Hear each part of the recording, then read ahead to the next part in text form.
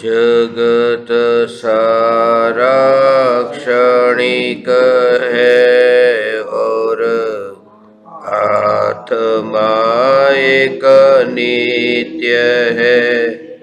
आत्मा का अनुभव बस एकमात्र नित्य है।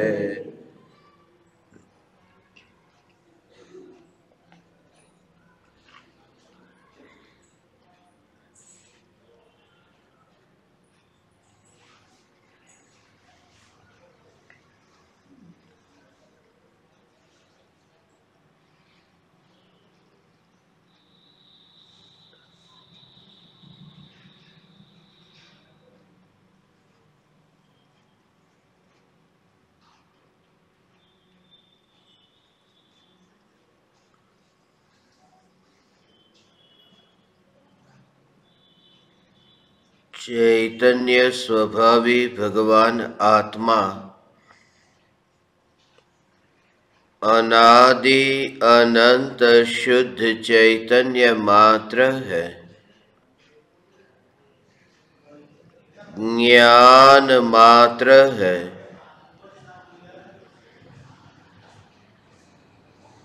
मैं शुद्ध चैतन्य मात्र, ज्ञान मात्र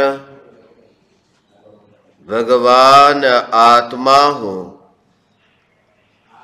प्रति समय यह जागृति बनी रहे।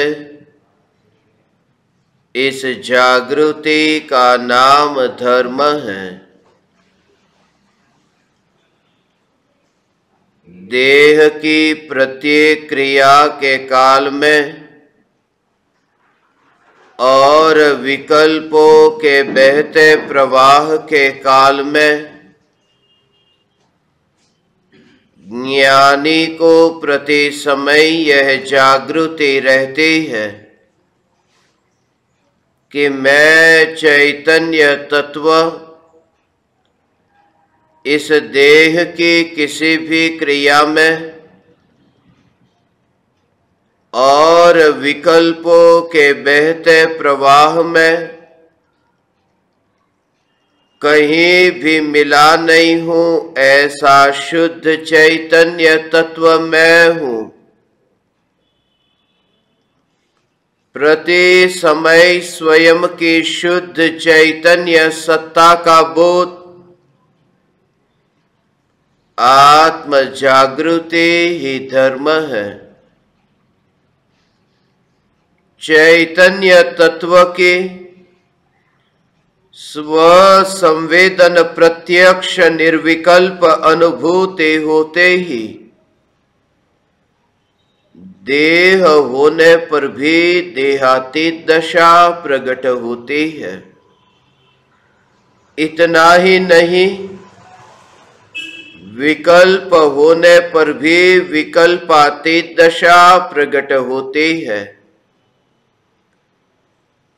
चैतन्य तत्व के निर्विकल्प अनुभूति होते ही आत्मा में अतीन्द्रिय आनंद का सागर उछलता है। फिर भी ज्ञानी की दृष्टि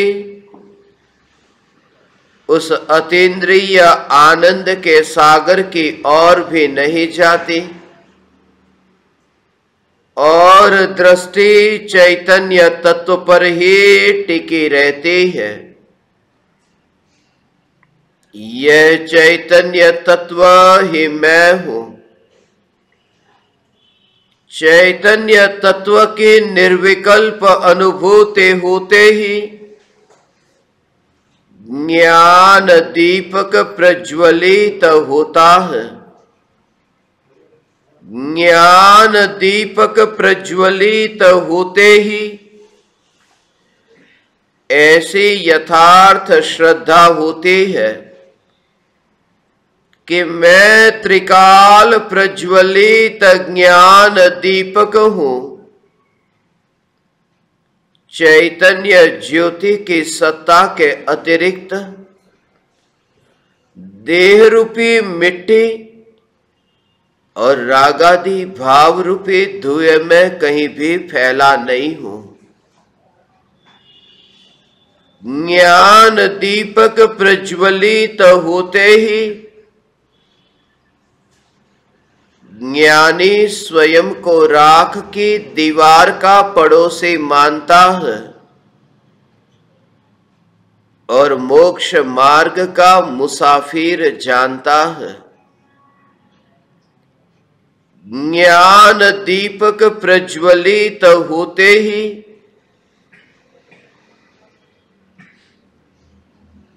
इस राख की दीवार के परमाणुओं को चैतन्य महल से अत्यंत दूर देखता है, जैसे सुमेरु पर्वत के परमाणुओं को देखता हो। स्व संवेदन प्रत्यक्ष अनुभूति होते ही जहां जहां ये चैतन्यपना व्याप्त है, चैतन्य का अस्तित्व है, बस वही मैं हूं।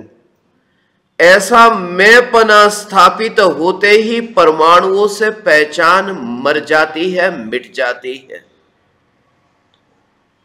फिर दर्पण के सामने जाए और दर्पण के सामने यदि देह प्रतिबिंबित होता हो तो होता हो, मगर जिस समय दर्पण के सामने यह देह प्रतिबिंबित होता है कि देह के प्रतिबिंबित होने के काल में यह जागृति है कि एक और देह है और दूसरी और दर्पण है। देह दर्पण में प्रतिबिंबित हो रहा है। यह जो घटना है, यह जो क्रिया है, यह एक और दर्पण में भी प्रतिबिंबित हो रही है। यह ज्ञान रूपी दर्पण में प्रतिबिंबित हो रही है। और जो ज्ञान रूपी दर्पण में देह को और देह जिसमें प्रतिबिंबित होता है, ऐसे पौद्गलिक दर्पण को ज्ञान की सत्ता से ज्ञान दर्पण से बाहर देखे और स्वयं को स्वच्छ चैतन्य मात्र देखे, तब फिर लोक की जनसंख्या एक होती है। फिर जग में अनंत जीव है, अनंतानंत पुद्गल है, ये सब कहानी हो जाती है। इसलिए ज्ञानी को प्रत्येक पदार्थों के जानने में आने के काल में एकमात्र चैतन्य तत्व ही दृष्टि में क्यों बना रहता है? क्योंकि एक के बाहर अपना विस्तार कहीं दिखता ही नहीं है। इतनी सहज ज्ञान की धारा बहती है और उस ज्ञान की बहती धारा में देह के परमाणु तो दूर, राग और द्वेष के विकार के भावों को भी कहीं पर भी देखते नहीं है, अनुभव करते नहीं है। यह जागृति है नदी के पानी के बहते प्रवाह की भांति। जैसे नदी का पानी बहता हो और बहते पानी के दोनों किनारे पर गांव बसे हो और ये पानी गांव में जाता नहीं। यदि ये पानी गांव में चला जाए तो गांव पानी पानी हो जाए, और जो गांव बसे हैं वे पानी जहां है वहां आते नहीं, बसते नहीं, वरना पानी का प्रवाह ही रुक जाए। गांव गांव के स्थान पर है और नदी का पानी का प्रवाह बहता रहता है। ज्ञानी को यह जागृति है कि अंतर में जो ज्ञान की धारा बहती है, जानना जानना जानना, ऐसी जो ज्ञान की धारा बहती है, इस धारा के दोनों किनारे पर एक और तो राग का और दूसरे और द्वेष का ये किनारा, और जिस किनारे पर राग द्वेष के गांव बसे हुए हैं, और ये निर्मल ज्ञान, ये चैतन्य का प्रवाह राग और द्वेष के गांव में जाता नहीं है। वरना राग और द्वेष के भाव स्वयं ही चैतन्यमय हो जाए और वे राग और द्वेष के भाव स्वयं ही चैतन्यमय हो जाए तो फिर अनंत काल तक छूटे ही नहीं। मगर मुक्ति की प्राप्ति जब होती है तो ये राग और द्वेष के भाव वहां क्यों नहीं है? क्योंकि वो जहां जल का प्रवाह बहता था वहां थे ही नहीं। प्रवाह तो निरंतर बहता रहता है, मगर प्रवाह में वे गांव कहीं बीच में नहीं आते। ऐसी जो भेद विज्ञान की कला है, ये जब तक तुम सीख न लो, जब तक वह घटना तुम्हारे जीवन का स्वयं का अनुभव न बन जाए, तब तक धर्म का शुभारंभ नहीं होता। तब तक देह में ही अटका है। पहले दुकान की ओर जाता था, अब मंदिर की ओर जाता है। पहले भोगों की ओर जाता था, अब त्याग की ओर जाता है। पहले भवन की ओर जाता था, अब वन की ओर जाता है। पहले पाप की पकड़ थी, अब पुण्य की पकड़ हो गई। जब चैतन्य तत्व दृष्टि में आता है, तब इतना अपने को निराला अनुभव करता है कि यहां जन्म होने से पहले जैसे यहां के बारे में कुछ भी जानता नहीं, पहचानता नहीं और बिल्कुल अनजान था, ऐसे ही ज्ञानी यहां रहता तो है मगर अनजान रहता है। होती तो है उपस्थिति, जैसे कोई व्यक्ति कमरे में लेटा हो और दिखाई दे कि वह कमरे में, अभी उसकी सत्ता कमरे में है, वह कमरे में है, और उस व्यक्ति को पूछो कि तुम कहां हो, वो कहेगा मैं नींद में हूं। और वो इतना भी नहीं कहेगा मैं नींद में हूं, क्योंकि नींद में हूं यह कहने के लिए भी नींद में से बाहर आना पड़ता है। वह कुछ भी उत्तर न देगा। इसलिए ज्ञानी जब अपने अंतर्मुख स्वरूप सन्मुख होते हैं, उस समय तुम कितने ही उनके पास जाकर के चिल्लाओ, कोई उत्तर क्यों नहीं मिलता, कोई उद्घोष क्यों नहीं होता, कोई घोषणा क्यों नहीं होती कि मैंने सत्य को पा लिया? क्योंकि सत्य को पाने के लिए बाहर आना पड़ता है, ये बताने के लिए कि मैंने पा लिया, ये बताने के लिए बाहर आना पड़ता है कि मैंने पा लिया। सागर की गहराई में जाकर के जिसने मोती को पा लिया, उसका पता उसे कैसे चल सकता है जो बिल्कुल किनारे पर है, जो गहराई में गया ही नहीं। इसलिए अज्ञानियों की समझ में यह ज्ञानी की निराली मौन की मस्ती समझ में नहीं आ सकती। क्योंकि अंधे को कैसे पता चले कि सामने वाले को आंख आ गई है? जिसकी स्वयं की आंख का ही ऑपरेशन न हुआ, वह दूसरों की आंख का ऑपरेशन फिर कैसे करे? इसलिए यह जागृति कि स्वरूप सन्मुख होने के लिए जिन ज्ञानियों ने हम पर अत्यंत करुणा बरसा करके इस शास्त्र की रचना की है, ग्रंथाधिराज समयसार की, चैतन्य तत्व की अंतर्मुख परिणति होते ही वन में विचरण होता है, एकांत में विचरण होता है, गुफा में रहता है। ये दुनिया देखती है, दुनिया ये देखती है कि गुफा में मुनि का वास है, मगर मुनि को पूछो कि कहां है वे तो कहते हैं कि पत्थर की बनी गुफाओं में हम नहीं रहते, क्योंकि मैंने तो चैतन्य गुफा को देखा कि जहां पर पत्थर है ही नहीं, जहां पर मिट्टी है ही नहीं। इसलिए जहां तुम इस देह का विस्तार देखते हो, चमड़ी मैं नहीं हूं, खून मैं नहीं हूं, मांस मैं नहीं हूं, हड्डी मैं नहीं हूं, तो फिर मैं देह कैसे हो सकता हूं जो इन सभी पदार्थों के समूह का नाम है? इसलिए मैं चैतन्य गुफा में वास करता हूं, बाहर की पौद्गलिक गुफा में नहीं। नदी के किनारे पर तुम्हें दिखाई दे, मगर वे अपने चैतन्य स्वरूप में स्थित है, नदी के किनारे पर नहीं। भले ही वह दिखाई दे कि पेड़ की छाया के नीचे एकेंद्रिय के नीचे बैठे हुए हैं, मगर तुम्हें वह न दिखाई देगा कि वे अतीन्द्रिय अनंत सिद्ध परमात्माओं की छत्र छाया के नीचे बैठे हैं।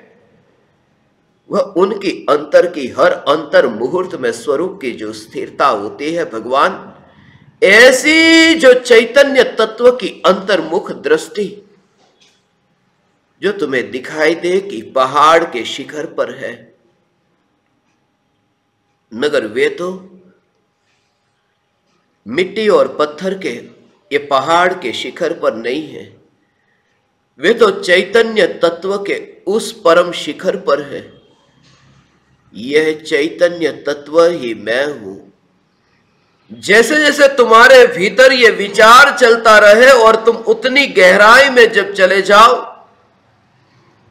कि जहां तुम्हें भूतकाल के अनंत दुख का एहसास ही न रहे, जो शिकायत रहती है कि मैंने अपने जीवन में इतना दुख भोगा है, स्वरूप की ओर जो गया उसने देखा कि अनादि अनंत आनंद स्वरूप यही तो मैं हूं। तुमने ये सुना होगा कि हिरण कस्तूरी के पीछे भागता है, मगर कस्तूरी उसकी नाभि में है। अज्ञानी भी सुख के पीछे भागता है, मगर सुख अपने भीतर है।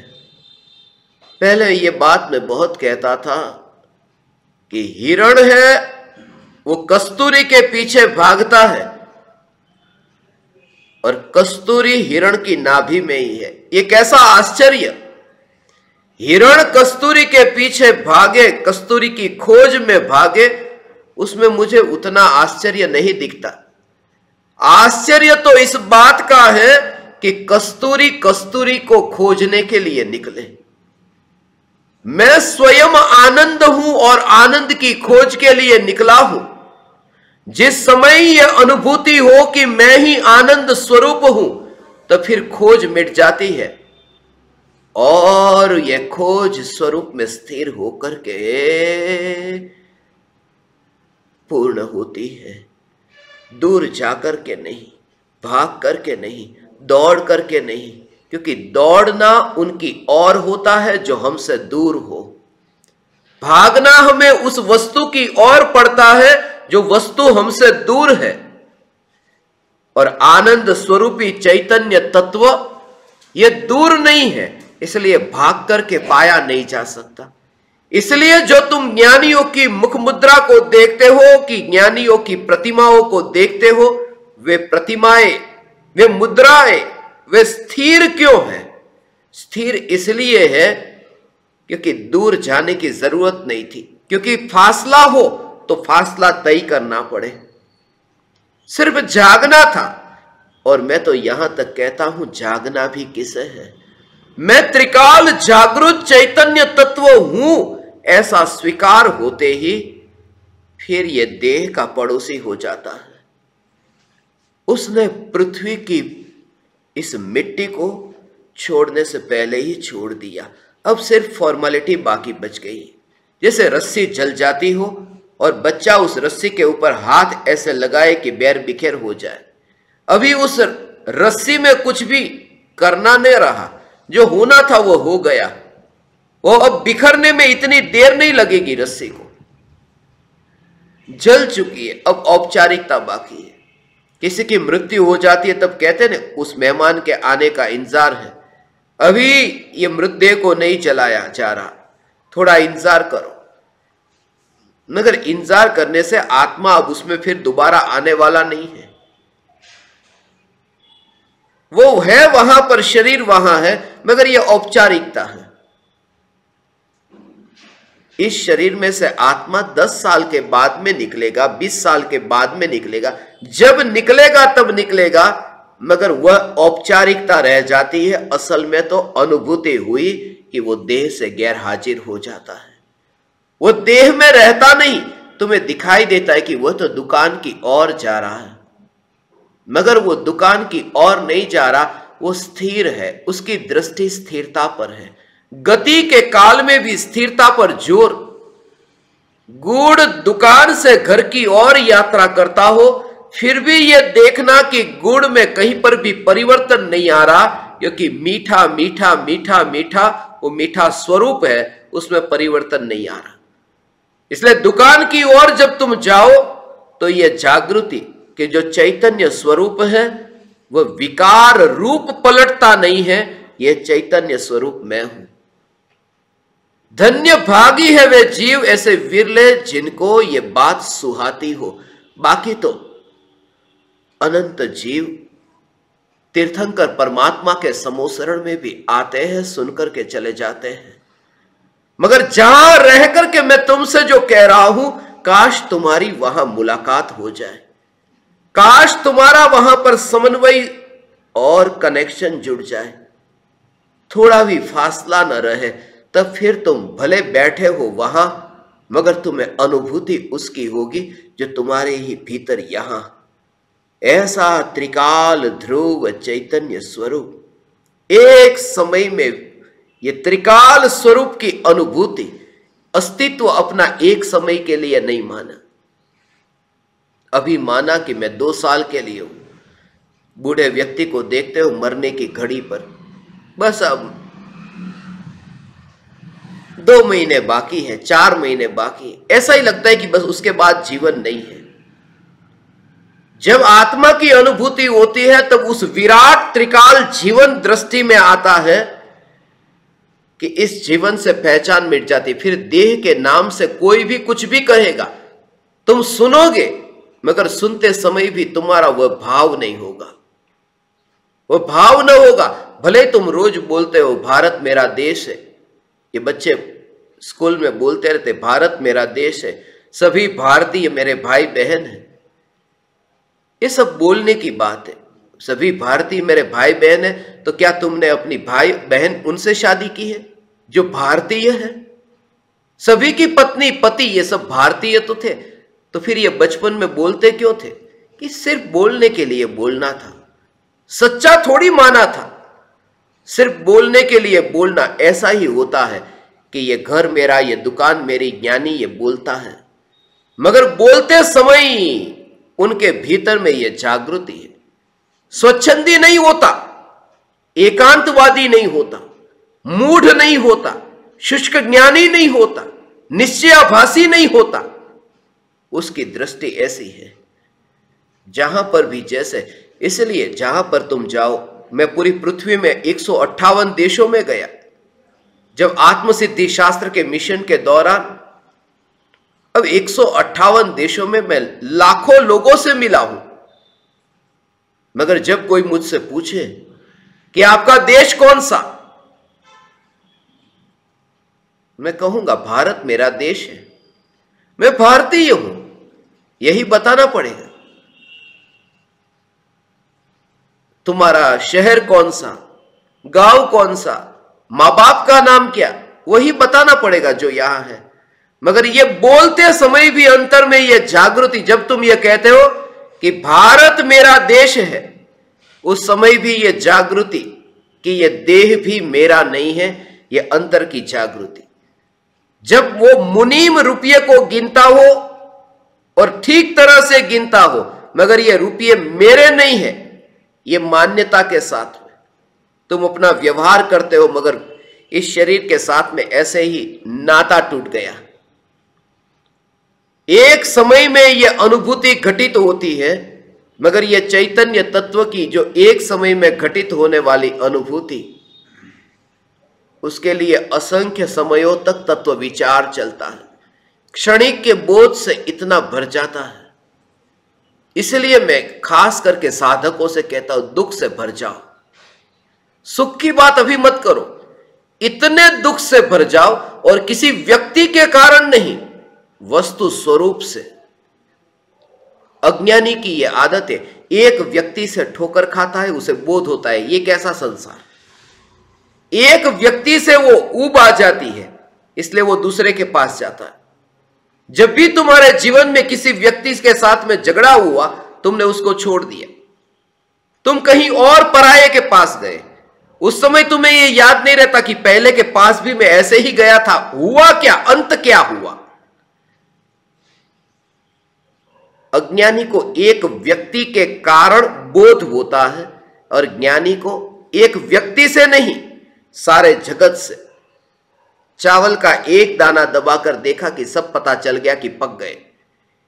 ऐसे ही एक से बोध हुआ, इस आग को मैंने हाथ लगाया कि आग गर्म है, अब वो बुझ गई।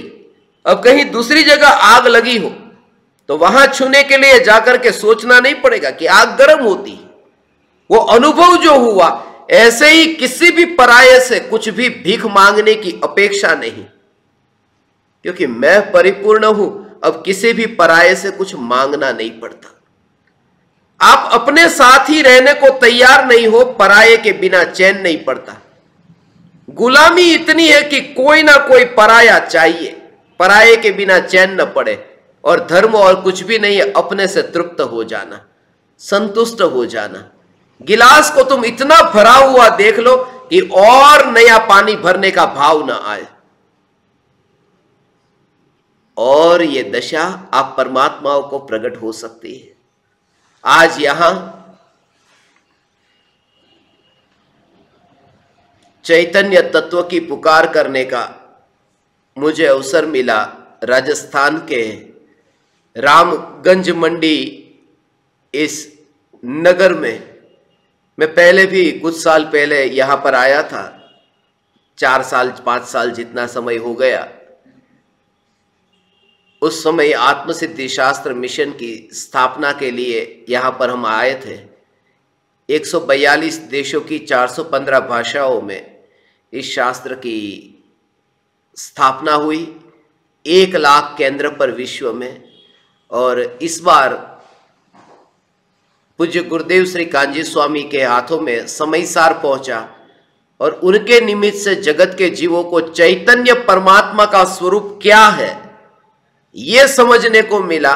इसलिए ये समयसार शास्त्र जो 2000 बरस पुराना शास्त्र है, आचार्य कुंदकुंद देव जो 2000 बरस पहले हुए, उन्होंने ताड़ के पान पर कांटे के माध्यम से छेद करके इस शास्त्र को लिखा है।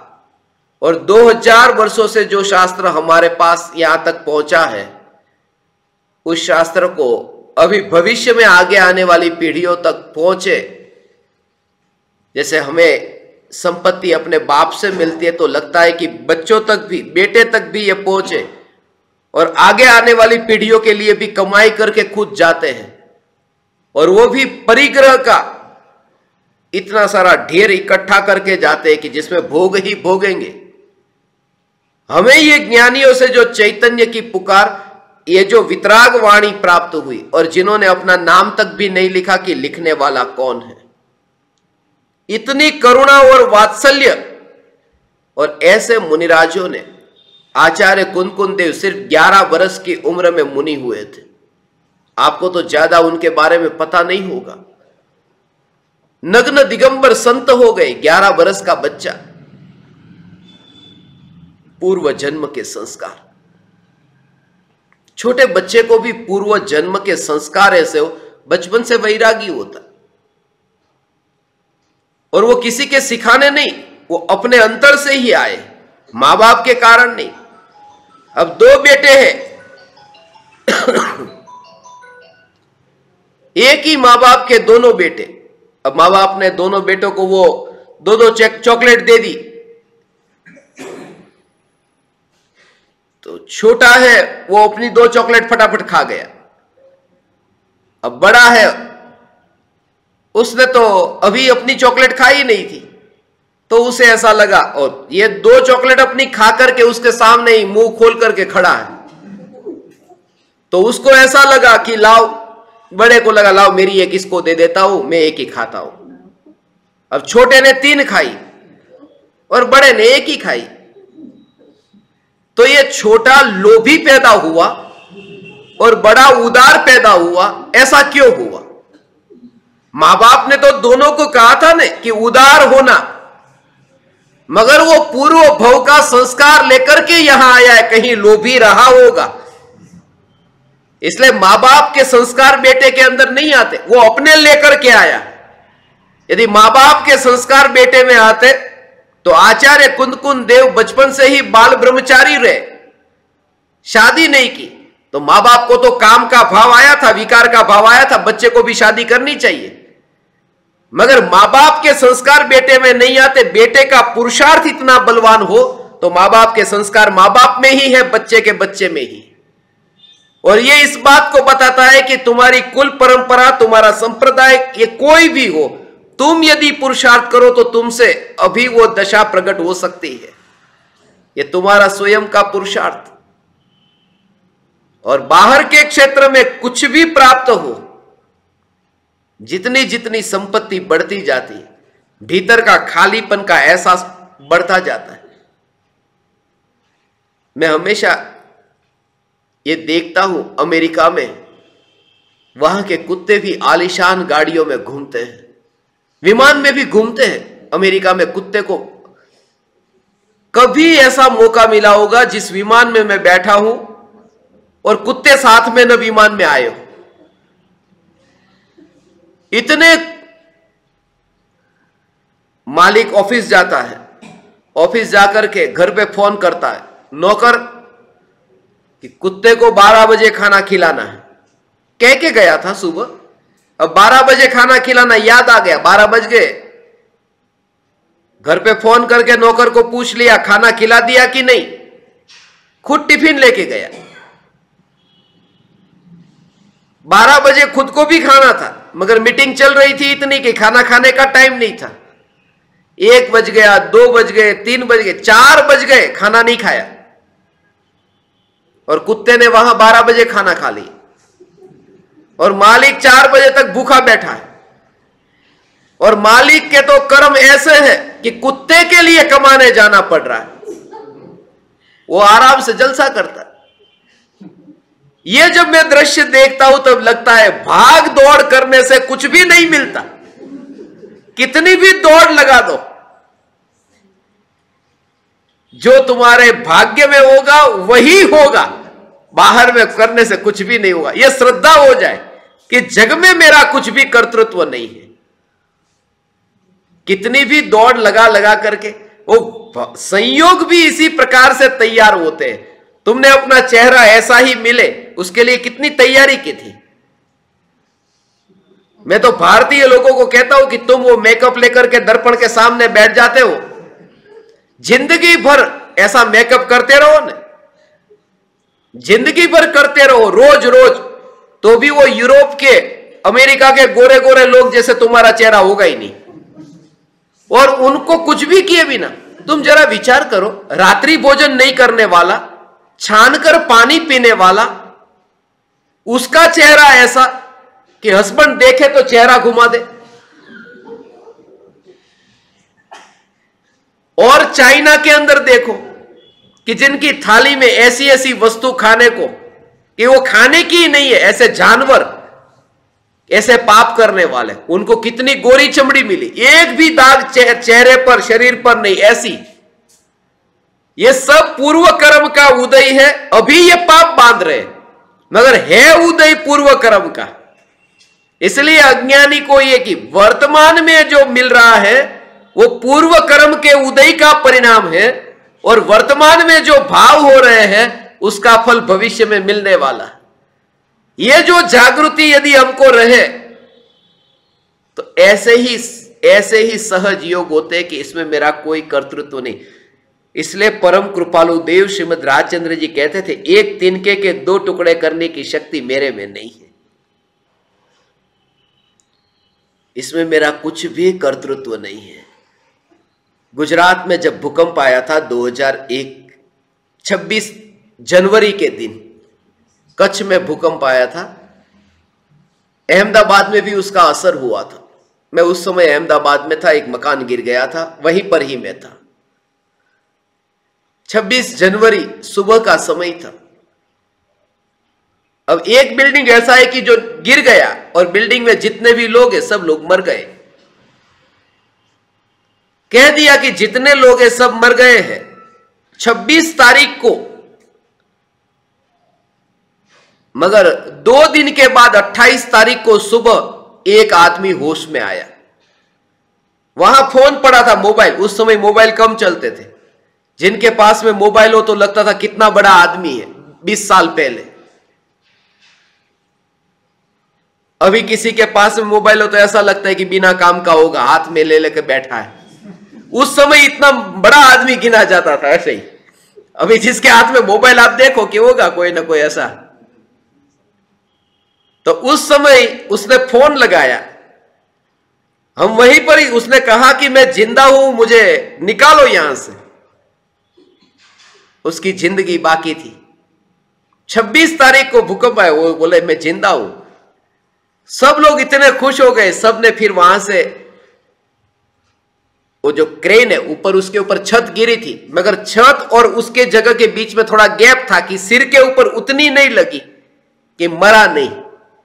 फिर उसको कहा कि तू चिंता मत कर, तुझे अभी निकालते हैं। क्रेन आई और क्रेन से फिर वो ऊपर की छत को ऐसे ऊंचा किया और कहा कि अब तुम निकल जाओ। तो वो क्रेन को ऐसे करके ऊंचा करने गए कि वो छटक गई और छत फिर उसके सिर के ऊपर गिरी। 28 तारीख को सुबह उसकी मृत्यु हुई। 26 तारीख को भूकंप आया, गिर गया, बेहोश हुआ, जिंदा रहा।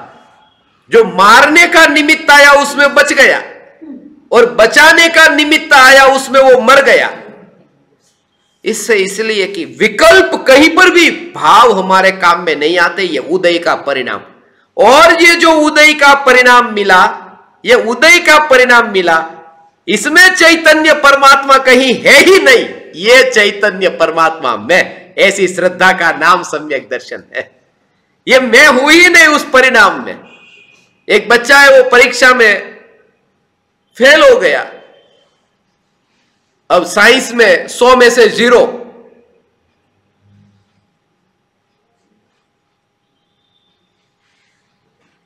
गणित में 100 में से 1, सब विषयों में टोटल भी 35 नहीं होता था।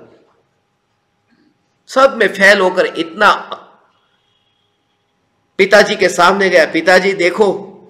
पिताजी को तो गुस्सा आ गया ये देख करके, एक चाटा मारा। ऐसा परिणाम लाता है। उसने कहा पिताजी देखो, ये आपका परिणाम है। पिताजी ने देखा, ऊपर नाम देखा, अब नाम तो बच्चे का था, तो फिर से दूसरा चाटा मारा। झूठ भी बोलता है तू, तेरा परिणाम। और झूठ बोलता है, नहीं पिताजी ये आपका परिणाम है। आपने कोई ऐसे कर्म किए होंगे, उस कर्म का यह परिणाम है कि मेरे जैसा बेटा आपके घर में पैदा हुआ। ये आपका परिणाम है, नहीं तो कोई होशियार पैदा नहीं होता।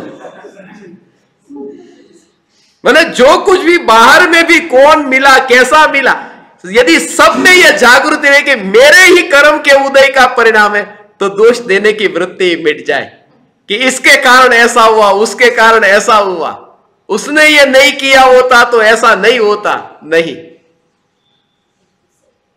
ये सब, और इसलिए तब फिर भागदौड़ मिट जाती है। फिर ऐसे ही विकल्प आए। 2 भाई, अब 2 भाई के बीच में शांति से खाना खाते थे, एक थाली में खाना खाते थे। राजस्थान में तो ऐसा होता है, एक थाली के अंदर भी खाना खाने वाले। इतना प्रेम, अलग अलग थाली जिस दिन ली हो उस दिन पता चले कोई झगड़ा हुआ होगा। एक थाली में खाना खाने वाले, और कुछ छोटी सी बात पर झगड़ा हो गया। पार्टनरशिप में दोनों साथ में ही काम करते थे, एक ही साथ में रहते थे, एक घर में रहते थे। दोनों ने सोचा अब अलग हो जाते। तो बड़ा भाई है वो अलग होकर के उस नए पार्टनर को खोजने गया। छोटा भाई है वो अपने पार्टनर को खोजने गया कि कोई मिल जाए, और दोनों को एक एक मिल गया। तो बड़े भाई ने पार्टनर के साथ में मिलकर के 1 साल के बाद 20 लाख रुपए कमाए, और छोटा भाई है उसने अपने पार्टनर के साथ मिलकर के 1 साल के बाद 10 लाख का नुकसान किया। तब फिर समाज के लोगों ने, मां बाप ने, सबने कहा बड़े भाई को, अरे तूने ये क्या किया, किसी पराये को तूने ये तेरे साथ 10 लाख रुपए की कमाई करवाई पार्टनर बनाकर। तेरे भाई को ही पार्टनर बना देता। चल तू कुछ नहीं देता, तो भी चलता, कम से कम वो 5 लाख का नुकसान तो उसका नहीं होता ना। मगर ऐसा होता ही नहीं। 1 साल के बाद बड़े भाई के ऐसे कर्म का फल मिलने वाला है कि 10 लाख का मुनाफा होगा तो उसका पार्टनर भी ऐसा ही होगा। जिसको 10 लाख का मुनाफा होना है, ऐसा ही व्यक्ति उसका पार्टनर बनेगा। जब इसको 5 लाख का नुकसान होना है तो बड़े भाई का पार्टनर बनेगा कैसे? और ऐसा आगे होने वाला है। इसलिए छोटी सी बात पर 1 साल पहले झगड़ा भी होगा और अलग हो जाएंगे। वो भाव भी ऐसे ही आएंगे। यदि ये सब ऐसा कर्म के उदय अनुसार होता है तो फिर मेरा इसमें कुछ भी कर्तृत्व नहीं है। एक पल में कहां से कहां चला जाता है। राजमहल में सिंहासन पर बैठा हो और मर करके नाली का कीड़ा बन जाता है, और सब जाना अनजाना कि कहां था। और इससे पहले ही यह कला है। समय सार में आचार्य कुंदकुंद देव ने यह कला जान ली, हमें समझाई कि कैसे तुम जगत के इंद्रिय विषय के भोगों से मुक्त हो सको, भागने वाली वृत्ति छूट जाए। जितना तुम उसके सामने भागते हो, मिलता कुछ भी नहीं है। चांद के सामने हाथ फैलाने से चांद हाथ में थोड़ी आता है। तुम भिखमंगे सिद्ध हो जाते हो।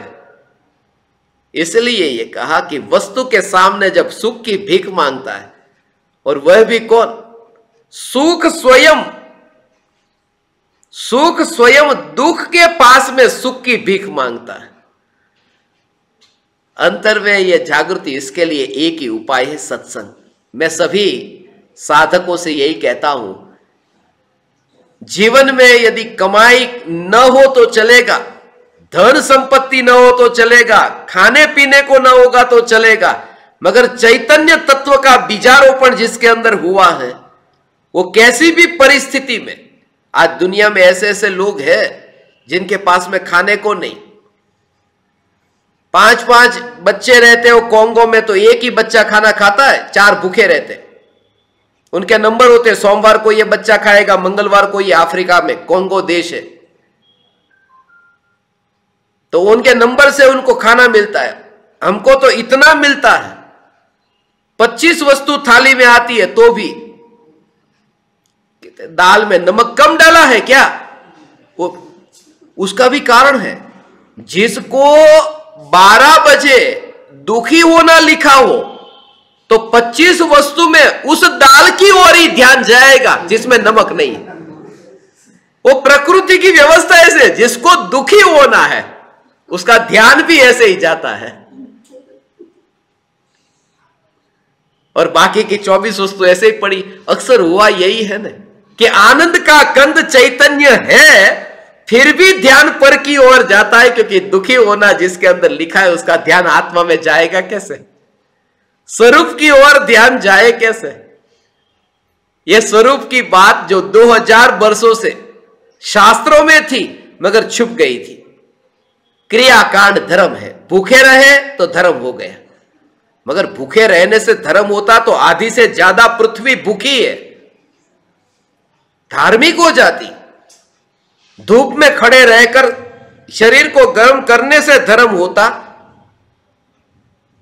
तो ऐसे पशु है जो धूप में खड़े रहकर शरीर को तपाते रहते।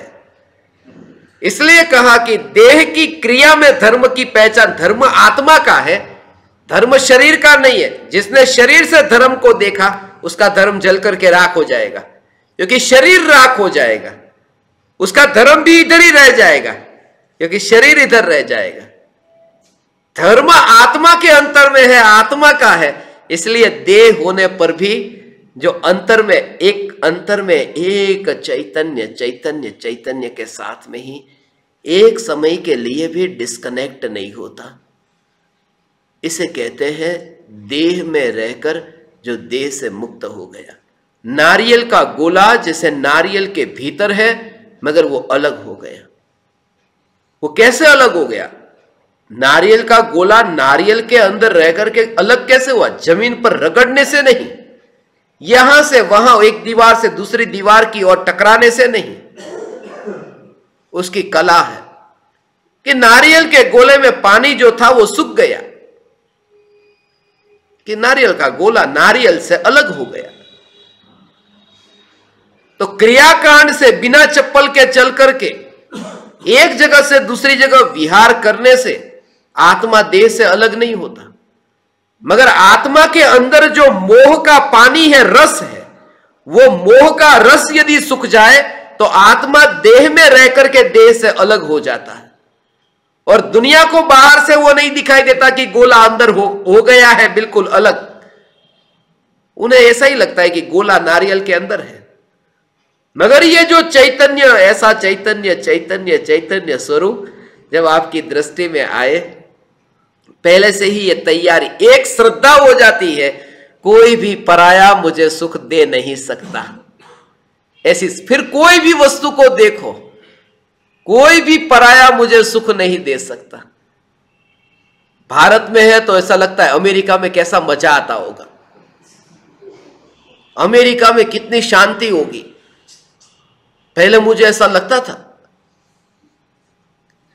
चलो अमेरिका में, पहली बार जब कि अमेरिका में कैसा होगा, मगर जब मैं अमेरिका पहुंचा और अमेरिका के एयरपोर्ट पर जैसे ही मैं उतरा, तो वहां पर एयरपोर्ट पर उतरा तो इतने लोगों की भीड़ थी और वे लोग सब मिलकर के वहां खड़े थे।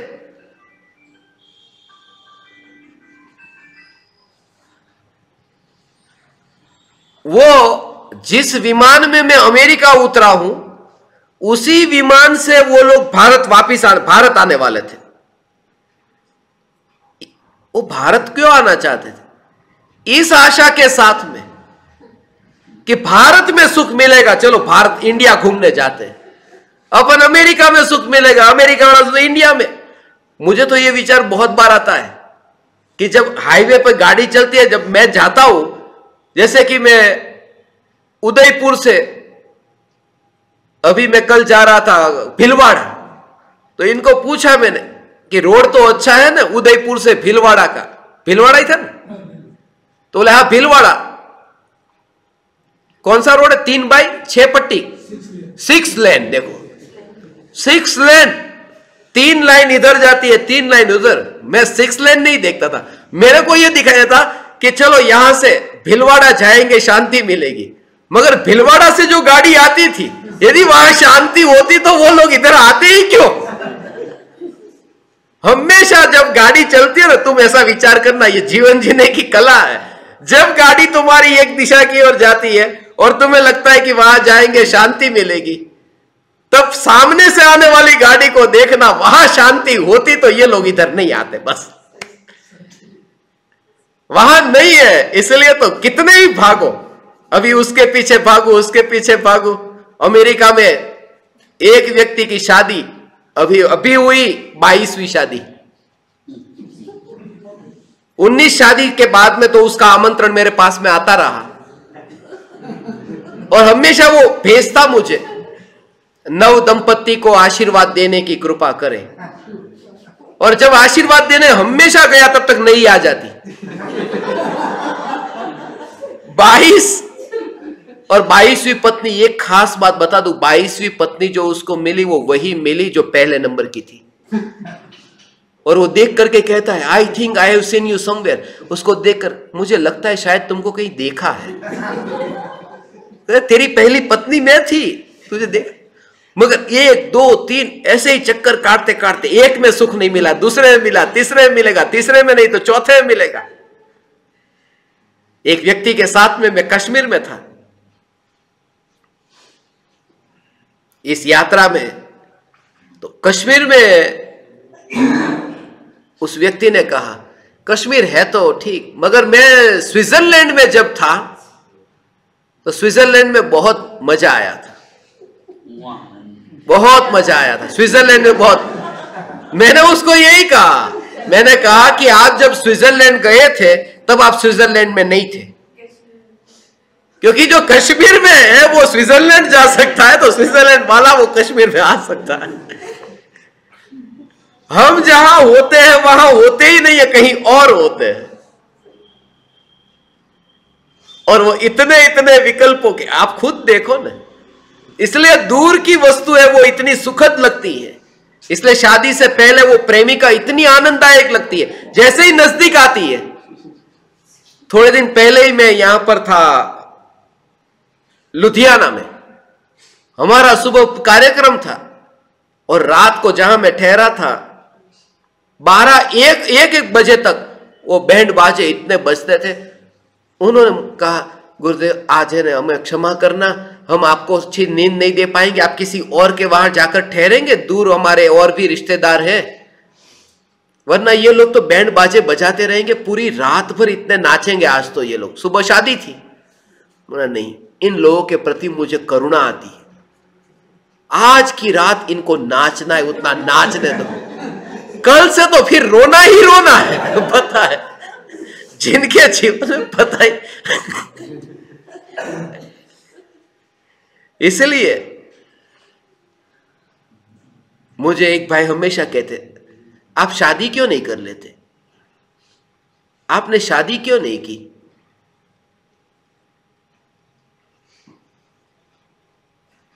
आपको शादी कर लेनी चाहिए।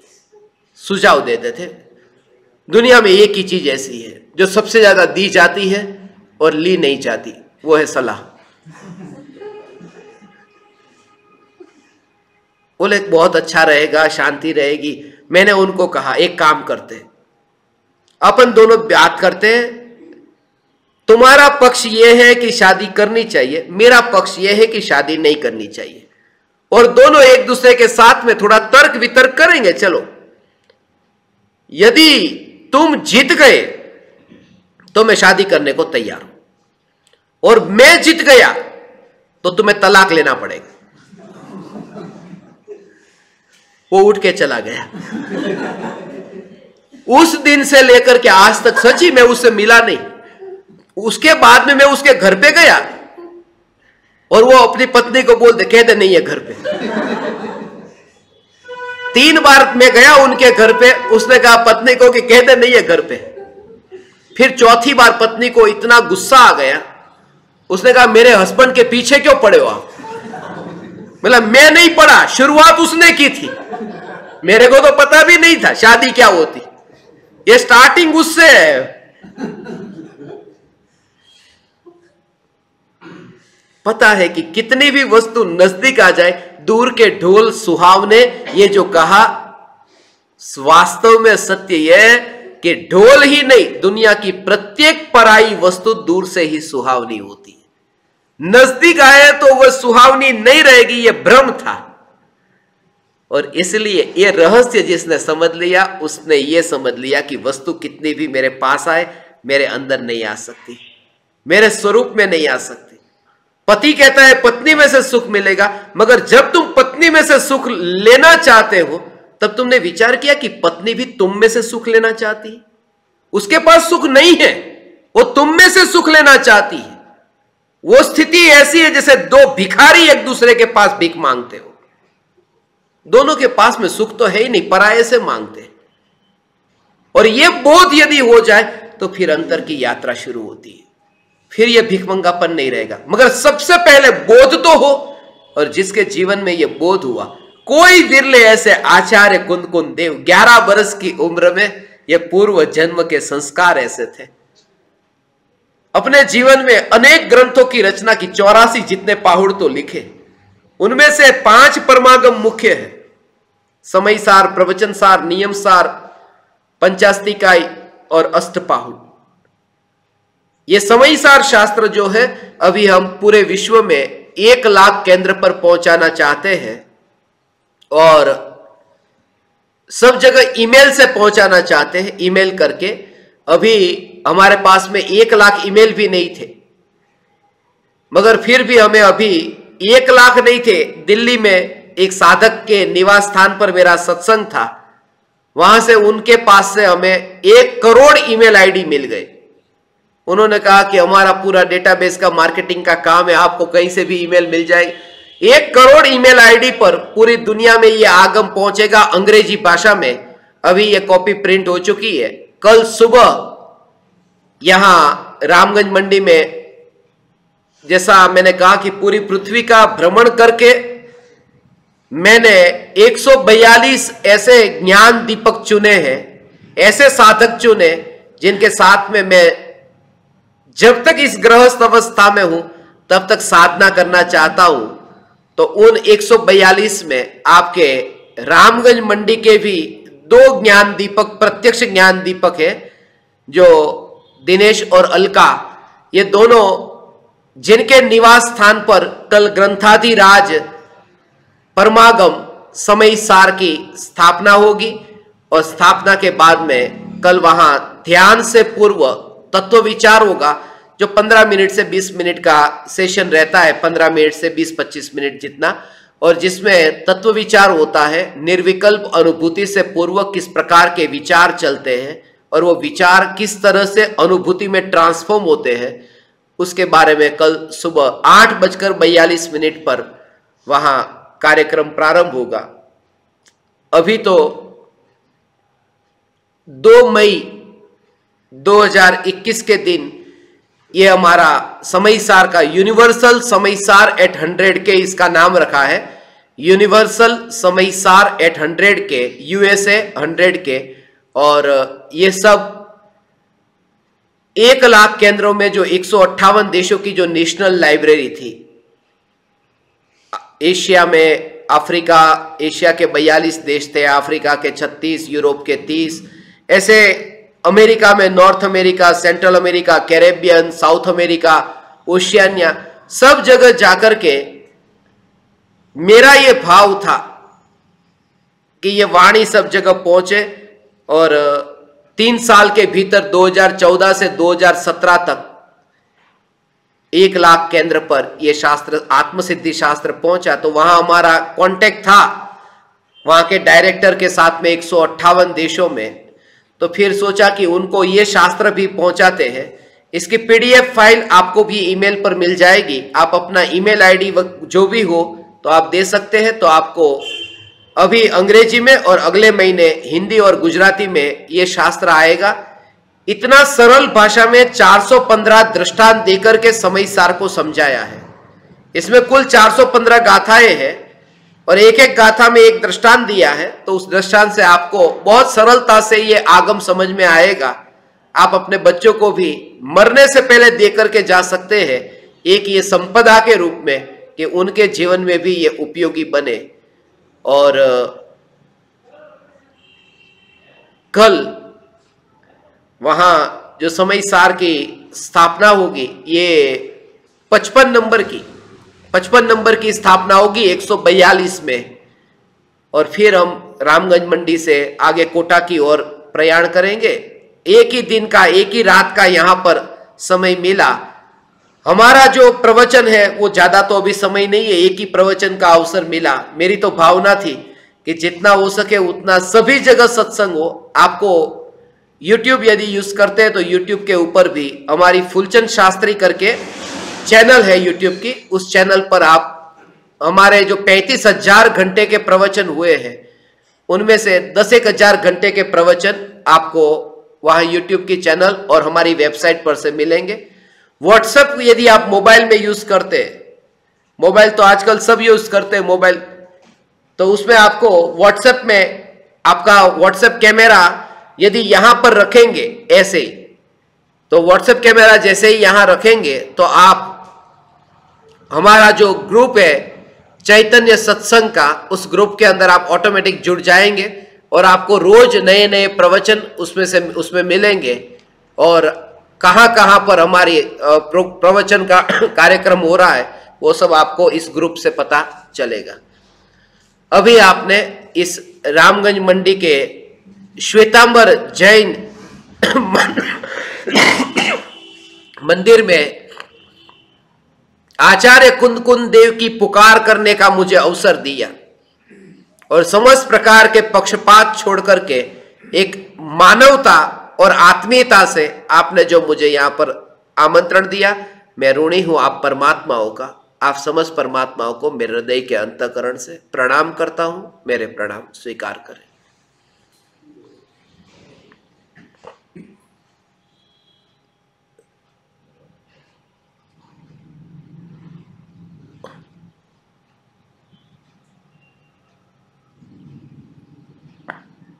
अहो अहो श्री सद्गुरु करुणा सिंधु अपार, पामर पर प्रभु किया अहो अहो उपकार, अहो अहो